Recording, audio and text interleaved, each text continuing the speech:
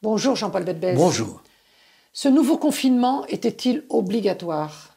Obligatoire, oui, mais malheureusement. Obligatoire, oui, parce que si l'on prend les chiffres aujourd'hui de l'évolution du virus, on se rend compte que c'est explosif.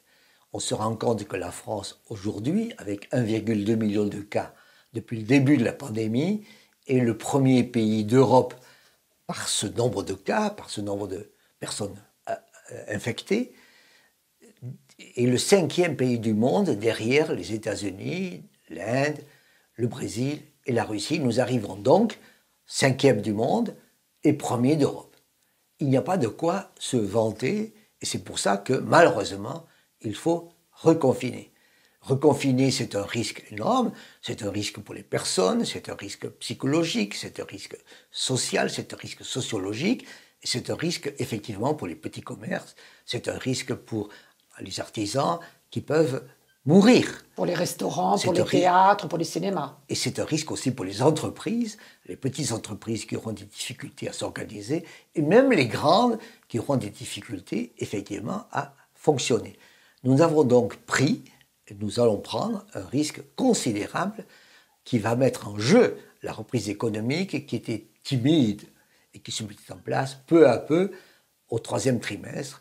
Et le 4e trimestre, a priori, de cette année sera en baisse et l'année prochaine aussi est déjà, d'une certaine manière, condamné, ou en tout cas affecté.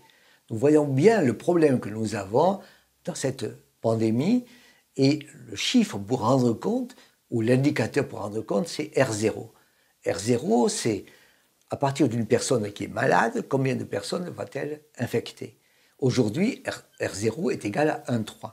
C'est-à-dire qu'une personne qui a le virus va le donner, le transmettre à 1,3 personnes, et donc le virus va se propager. C'est mieux que 1,5, c'est-à-dire ce qui s'était passé il y a encore 3 semaines, avant qu'on serre un tout petit peu les horaires et le couvre-feu.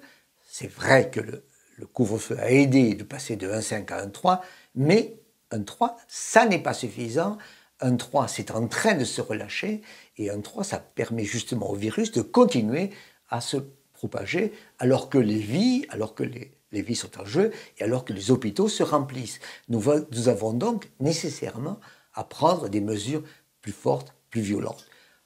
Entre parenthèses, nous faisons ça en France, mais nous faisons ça aussi en Europe. Tous les pays sont pratiquement à la même enseigne. Le malheur est que nous sommes pratiquement plus exposés que d'autres en termes de nombre de cas, en particulier ces derniers jours.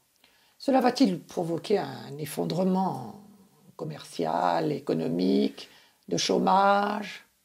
Aujourd'hui, il y a un risque majeur de retomber en ralentissement, et peut-être même en récession. Et demain et après-demain, il y a un risque de perte d'activité potentielle, les deux. Aujourd'hui, nous allons payer. Aujourd'hui, le fait de fermer, aujourd'hui, le fait d'inquiéter va effectivement réduire la consommation des Français, va réduire évidemment les services qui sont les plus directement affectés, parce que quand on ne va pas au restaurant, quand on ne va pas au cinéma, évidemment, le cinéma perd de l'argent et un jour ou l'autre devra fermer. Donc on est bien dans une situation dissymétrique où les services en particulier sont les plus affectés, l'industrie et une partie du commerce relativement moins. Une partie du commerce. Distribution. Bien sûr.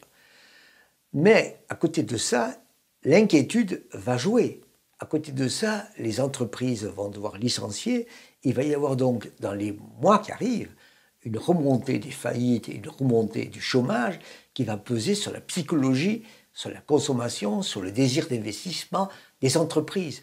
D'ores et déjà, on voit que les entreprises ont décidé de réduire considérablement leurs dépenses, de réduire considérablement leurs efforts d'investissement.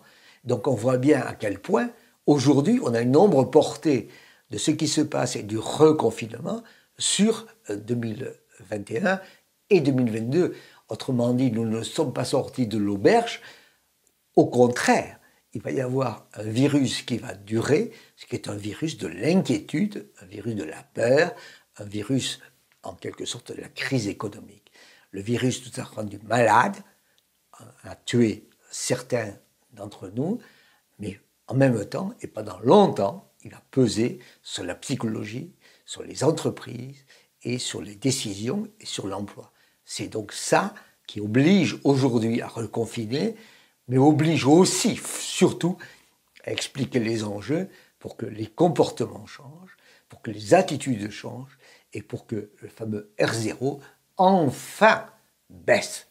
Merci Jean-Paul Bedbez. Bonjour, bienvenue sur la chaîne Bedbez, où chaque jeudi, en quelques minutes, je vous parle de mes sentiments sur la situation économique, sociale en France et ailleurs. Et je vous invite à vous abonner, je vous invite à liker, je vous invite à en parler, je vous invite à faire des commentaires. Donc, je vous invite. Merci.